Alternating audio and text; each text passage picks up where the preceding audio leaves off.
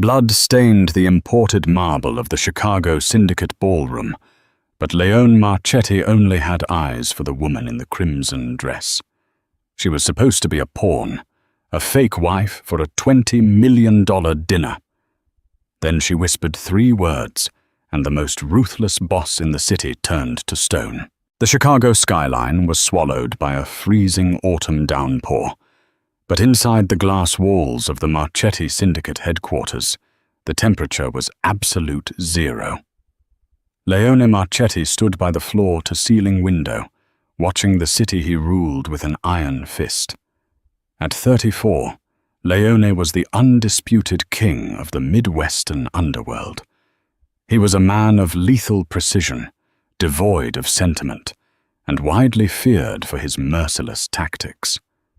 But violence alone could not secure the $20 million transatlantic shipping route being brokered by the old-world Italian families. The old bosses valued tradition. They valued stability. They refused to hand control of the East Coast ports to a rogue bachelor. They wanted a family man, someone anchored, someone who projected the illusion of an honorable life. Trent Hollis knew this. As the head of the rival Hollis Commission, Trent had been aggressively lobbying the old bosses, painting Leone as a volatile lone wolf. Trent was a snake wrapped in custom silk, a man who built his empire on extortion and psychological warfare. He already had a wife, a pristine socialite, and he was using his picture-perfect marriage as a weapon to steal the $20 million deal. Leone needed a wife. Not a real one, but a convincing one. And he needed her by the end of the week for the final arbitration dinner in Manhattan. The heavy oak doors of Leone's office swung open. His underboss stepped in, ushering a woman into the cavernous room. Nadia Sacco did not look like she belonged in a mafia stronghold. She lacked the polished, emaciated sharpness of the women who usually orbited men of Leone's status. Nadia was soft, with generous curves, full hips, and a face that was strikingly beautiful in its natural, unpainted state. She wore a simple beige trench coat over a sensible skirt, her dark hair pulled back into an untidy clip. But it was not her full figure that caught Leone's immediate attention. It was her eyes. They were dark, assessing, and completely devoid of the terror he was accustomed to seeing. Leone turned from the window, his imposing frame casting a long shadow. He had chosen Nadia meticulously. Her father, a degenerate gambler, had racked up a crippling debt of $300,000 to Trent Hollis. Trent was preparing to make an example of the Sacco family. Leone had swooped in and bought the debt, effectively purchasing Nadia's life. He knew she was an auditor for a commercial logistics firm, a woman who spent her days quietly analyzing supply chains and offshore accounts. She was smart, desperate, and, in Leone's estimation, moldable. "Sit," Leone commanded, his voice a low, gravelly baritone that left no room for argument. Nadia remained standing. She clutched her worn leather handbag tightly, but her chin tilted up. "I prefer to stand, Mr. Marchetti. I know why I am here. You bought my father's markers from the Hollis Commission. I am here to negotiate a repayment plan." Leone let out a harsh, brief sound that might have been a laugh. He stepped closer, towering over her. "You do not negotiate with me, Miss Sacco. You do not have the capital to repay a fraction of what your father owes. Trent Hollis was going to sell your organs to recoup his losses. I am offering you a much simpler transaction." Nadia held her ground, though Leone could see the faint tremor in her hands. "What do you want?" "I require a wife," Leone said flatly. "For the next 6 months, you will bear my name. You will live in my estate. You will accompany me to a dinner in New York this Friday, where you will smile, act devoted, and convince the old families that I am a stable, domesticated man. In exchange, your father's debt is forgiven, and he will be relocated somewhere Trent Hollis can never find him." Nadia stared at him, processing the sheer absurdity and danger of the proposal. She looked at the cold, beautiful monster before her. Leone Marchetti was notoriously lethal. Being bound to him, even in a fake marriage, was a death sentence in its own right. But as she analyzed the variables, her sharp mind calculated the odds. It was the only way to save her family. "I am not a socialite, Mr. Marchetti," Nadia said, her voice steadying. "Look at me. I do not fit the mold of a mob boss's trophy wife. The men at that dinner will see right through this. Trent Hollis will tear the illusion apart." Leone's gaze swept over her slowly, taking in the soft, lush curves of her body, the defiant set of her jaw. A strange, unfamiliar heat coiled in his chest. He was surrounded by superficial perfection all day. Nadia's grounded, tangible reality was intoxicating. "You let me worry about Hollis," Leone said softly, stepping so close she could feel the heat radiating from him. "You are exactly what I need, real, untouched by this world. And if you play your part, you will survive. Do we have a deal?" Nadia looked up into his dark, dangerous eyes. She drew a slow breath, centering herself. "Yes, we have a deal." The transition from civilian to mafia bride was brutal and swift. Within 48 hours, Nadia was moved into Leone's heavily fortified estate on the outskirts of Chicago. She was given a massive suite, a security detail, and a new wardrobe. The true test of their arrangement came the afternoon before the flight to New York. Leone had flown in a renowned French stylist to prepare Nadia for the $20 million dinner. The dress was a crucial element of the deception. It had to project wealth, elegance, and utter devotion to the Marchetti name. Nadia stood on a velvet pedestal in the center of her new bedroom, suffocating in a corset she did not want. The stylist, a sharp-featured woman named Madame Valerius, was pacing around her with a tape measure, making disapproving clicking sounds with her tongue. "The waist must be taken in further," Madame Valerius muttered to her assistant. "The hips are too wide for this silk. We must compress her if she is to look respectable next to Mr. Marchetti. We cannot have him parading a bakery maid before the commission." Nadia flushed deeply, her gaze dropping to the floor. She had spent her life navigating a world that demanded women take up as little space as possible. She was proud of her body, but the venom in the stylist's voice struck a raw nerve. She wrapped her arms around her midsection, wishing she could disappear. The heavy bedroom door clicked open. Leone walked in, wearing a charcoal three-piece suit, his presence immediately sucking all the oxygen from the room. He stopped near the doorway, his dark eyes locking on to Nadia. She was wearing a partially pinned, deep emerald gown that clung to every curve. To Leone, she looked like a goddess carved from marble and velvet, a vision of warmth and vitality that made his chest ache with a sudden, violent possessiveness. Then he noticed her posture, the defensive folding of her arms, the humiliation painting her cheeks red. Leone's gaze snapped to the stylist. "What is the problem here?" Madame Valerius offered a tight, condescending smile. "No problem, Mr. Marchetti. We are simply trying to tailor the silk to accommodate Miss Sacco's proportions. It requires some aggressive corsetry to achieve the standard silhouette." The temperature in the room plummeted. Leone walked slowly toward the pedestal. The two assistants instinctively backed away, terrified by the cold murder radiating from his eyes. "Get out," Leone said. Madame Valerius blinked, confused. "Sir, the fitting is not complete. If you or your assistants are not out of my house in 10 seconds, you will never leave it," Leone warned, his voice a lethal whisper. And if I ever hear you speak of my wife's body with anything less than absolute reverence, I will cut out your tongue." The stylist turned pale as chalk.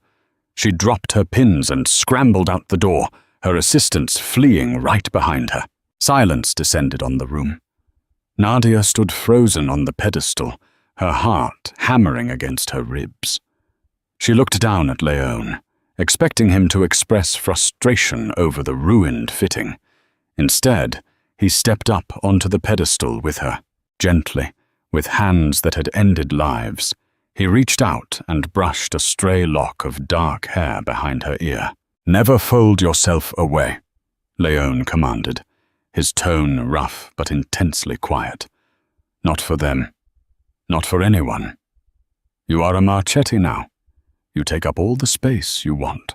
He stepped behind her, his large hands resting on her bare shoulders, his thumbs tracing the line of her collarbone.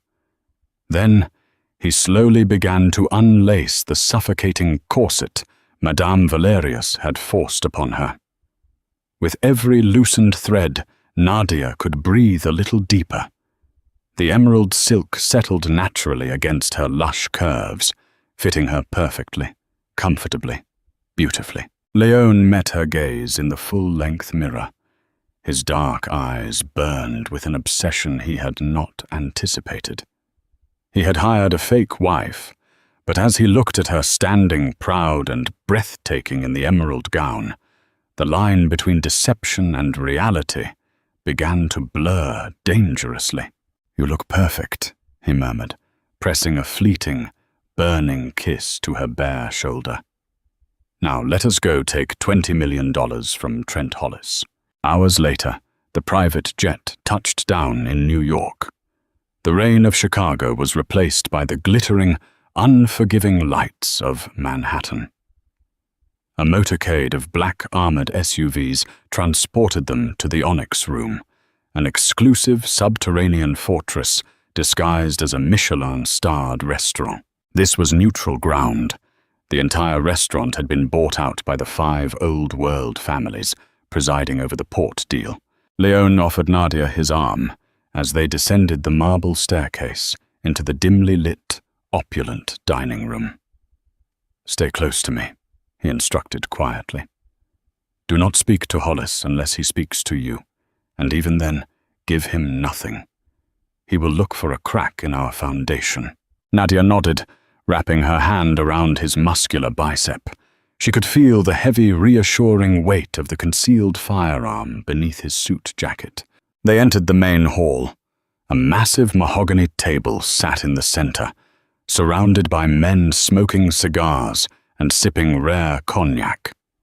The air was thick with tension and the smell of danger. At the head of the table sat the old bosses, their ancient, weathered faces giving away nothing. And leaning against the far wall, swirling a glass of whiskey, was Trent Hollis. Trent was lean, blonde, and possessed a shark-like smile that never reached his pale blue eyes. The moment Leon and Nadia walked in, Trent's gaze locked onto them. A predatory smirk spread across his face as he pushed off the wall and sauntered over. "Leon," Trent purred, extending a hand that Leon ignored.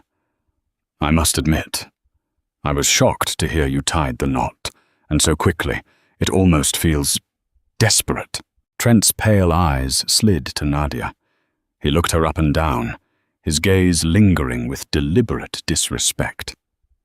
"And this must be the lovely bride. Nadia, isn't it? Nadia Sacco." Nadia's blood ran cold. Trent knew her real name. He knew her father.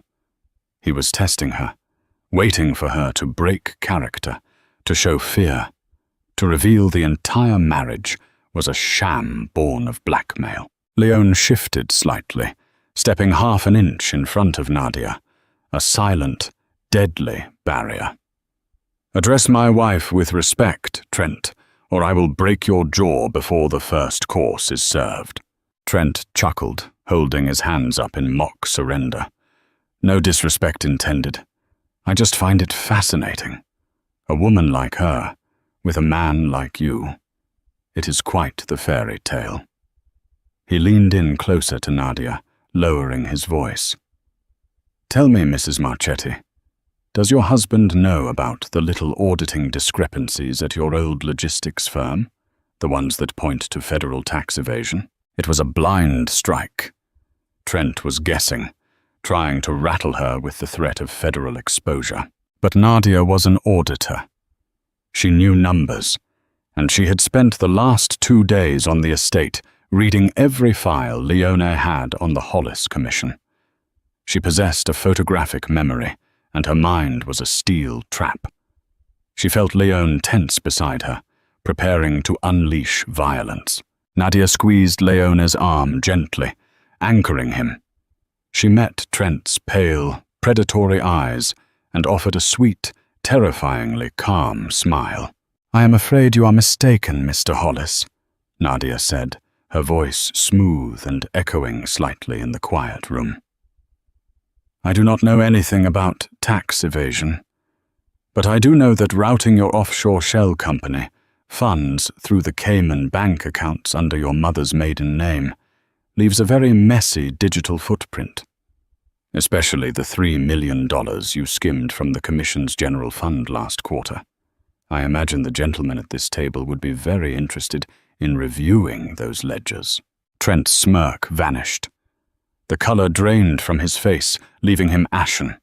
He stared at her, genuinely horrified. Leone stared at her too. He had known she was smart, but he had not realized she had spent her idle time at his estate memorizing the financial weaknesses of his greatest enemy.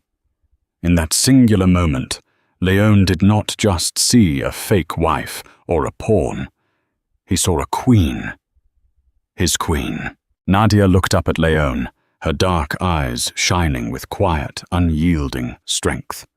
The game had truly begun, and the stakes were higher than blood. As the old bosses summoned them to the table, Leone placed his hand firmly on the small of Nadia's back. He would kill anyone who tried to take her from him. The $20 million deal was no longer the prize. She was, and the night was only just beginning. The mahogany table in the center of the onyx room was a battleground disguised as a banquet. 5 of the most powerful men on the eastern seaboard sat around it, their eyes sharp, their expressions unreadable.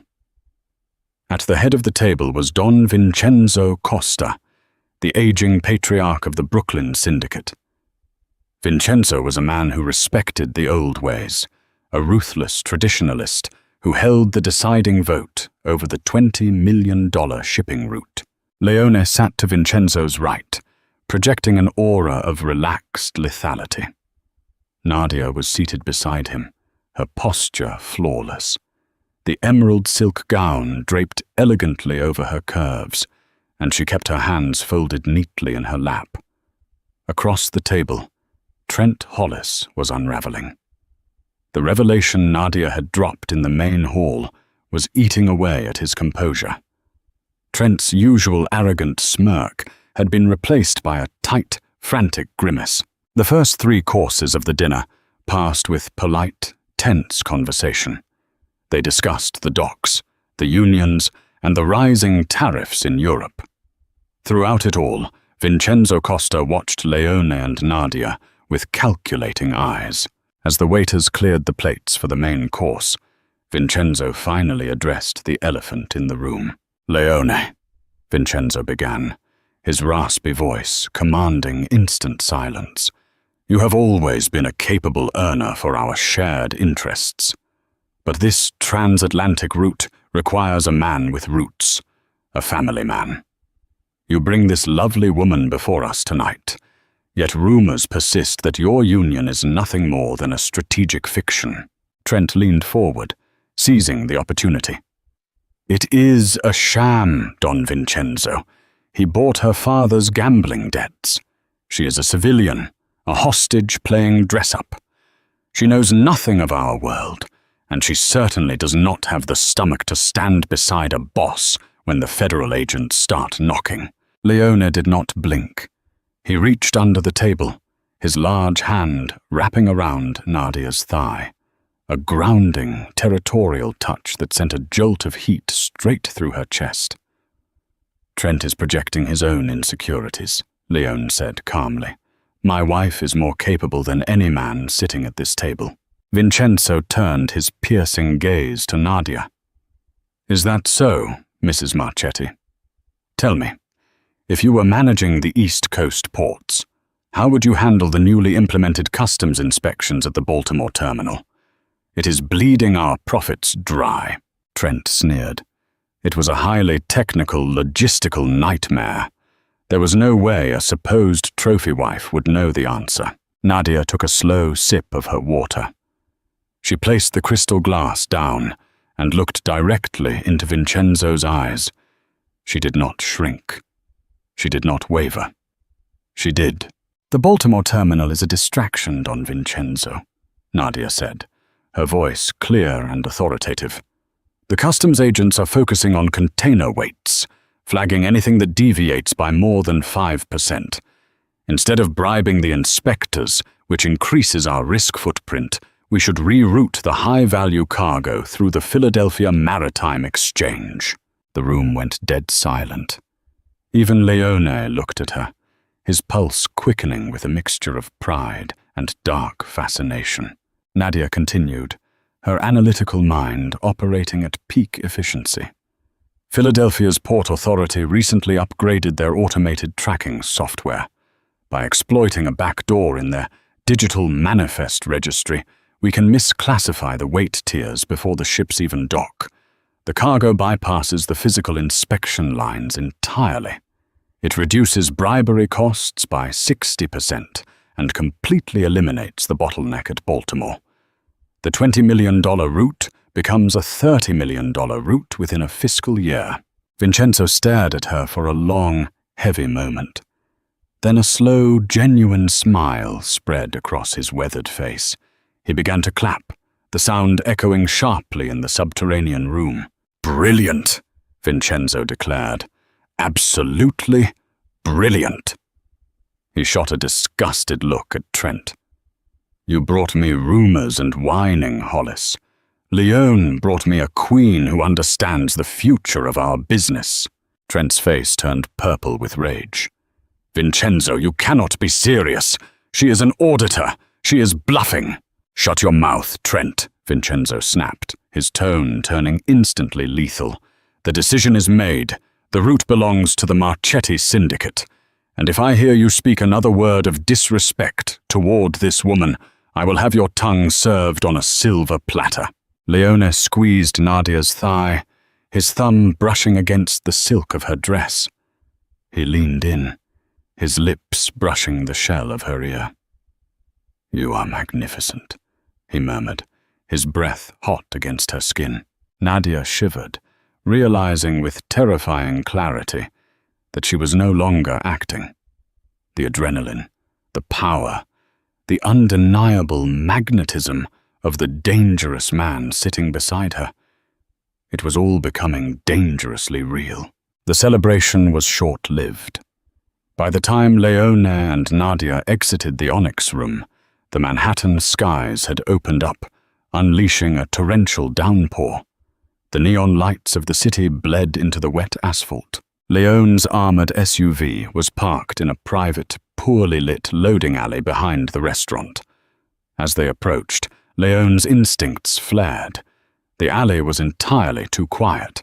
His driver, who should have been standing by the open door, was nowhere to be seen. "Stop!" Leone commanded, pushing Nadia slightly behind him. He reached inside his jacket, his hand gripping the cold steel of his firearm. Before he could draw, a spotlight clicked on, blinding them. From the shadows of the loading dock, 3 armed men stepped forward.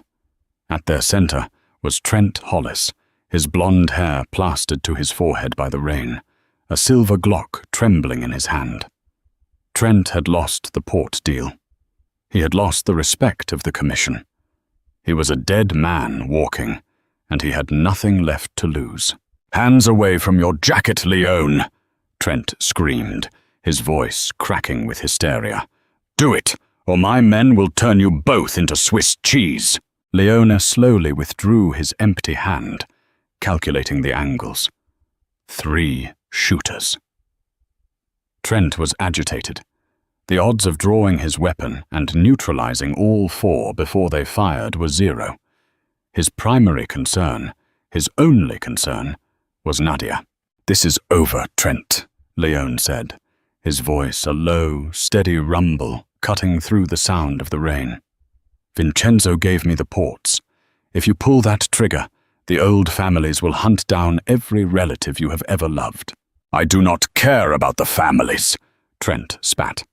He lunged forward with terrifying speed, grabbing Nadia by the arm and ripping her away from Leone.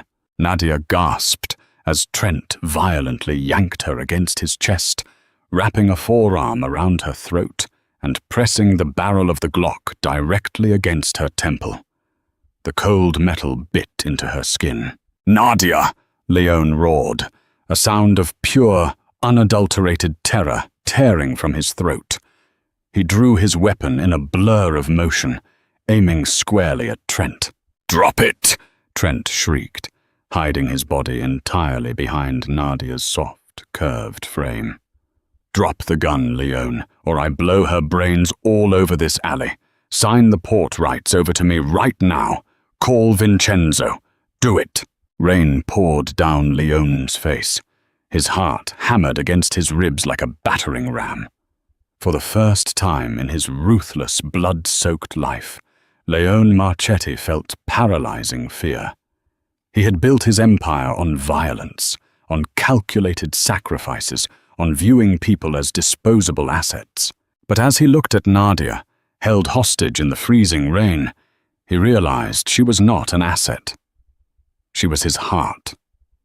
She was the woman who had stood up to him, who had outsmarted the commission, who had taken up space in his cold, empty world and made it warm. He could not lose her. He would burn the entire world to ash before he let her die. Leone kept his gun raised, his hand shaking slightly for the first time in his career. Trent was completely shielded. There was no clean shot. Nadia struggled to breathe against Trent's chokehold. The rain soaked her emerald dress, but her mind remained razor-sharp. She looked at Leone. She saw the devastation in his dark eyes, the realization that he was trapped. She knew he would surrender his empire, his life, to save her. But Nadia Sacco was a survivor. She refused to be a pawn in Trent Hollis's pathetic downfall. Nadia locked eyes with Leone. She stopped struggling. She went completely limp in Trent's arms, making herself dead weight. Trent stumbled backward slightly to maintain his balance, his grip loosening just a fraction of an inch to compensate for her sudden shift.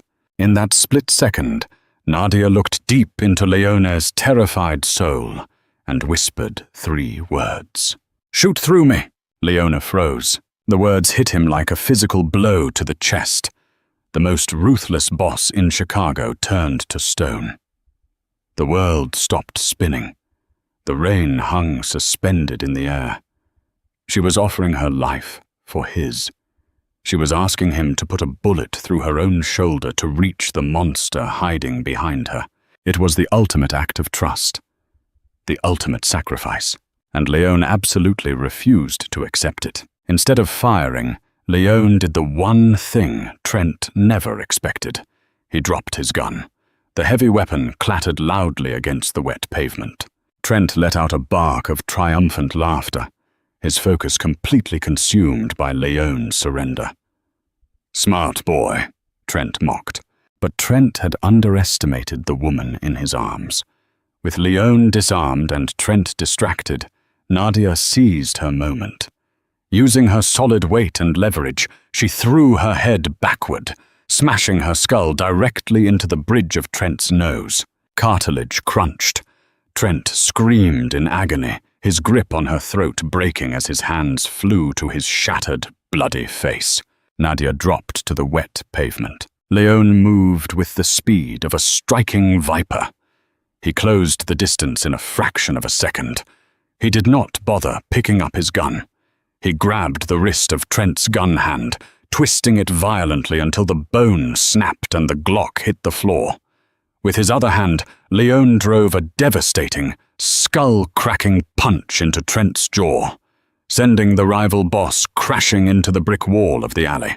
Trent's men finally raised their weapons, but a sudden hail of gunfire erupted from the street. Leone's heavily armed backup had arrived, cutting down Trent's gunmen in seconds. The alley fell silent, save for the pouring rain and Trent's pathetic groans as he lay broken in the mud. Leone did not spare his enemy a second glance. He dropped to his knees on the soaked asphalt, pulling Nadia fiercely into his arms. He crushed her against his chest, burying his face in her wet, dark hair. He was shaking. The king of the underworld was trembling like a leaf. "You idiot!" Leone breathed roughly, his hands frantically checking her body for injuries. "You beautiful, brilliant idiot. Never say that to me again. Do you understand? I would never hurt you. I would let the whole city burn before I let a single bullet touch you." Nadia wrapped her arms around his broad shoulders, clinging to him in the cold rain. Her heart was racing, but she felt incredibly, perfectly safe. "I knew you wouldn't do it," she whispered against his neck. "I knew it would distract him. We make a good team, Mr. Marchetti." Leone pulled back just enough to frame her face with his large hands. The possessiveness in his dark eyes was absolute and terrifyingly beautiful. The fake marriage was dead. The arrangement was over. "You are not a fake wife," Leone vowed, his voice a fierce, unyielding promise against the storm. "You are my real wife. Today, tomorrow, and until the day I die. You are mine." Nadia looked at the ruthless mafia boss who had bought her life and realized he had given her his soul in return. She smiled, brushing the wet hair from his forehead. "Then take me home, husband," Nadia said softly. Leone stood, lifting her effortlessly into his arms, carrying his queen out of the darkness and into the empire they would rule together. Wow, what a heart-stopping finale. Did you expect Nadia to make such a bold move, or were you just as shocked as Leone? If this gripping mafia romance kept you on the edge of your seat, please hit that like button and share this story with your friends. Leave a comment down below telling us your favorite moment between Leone and Nadia, and do not forget to subscribe to the channel for more thrilling underworld romance stories. See you next time.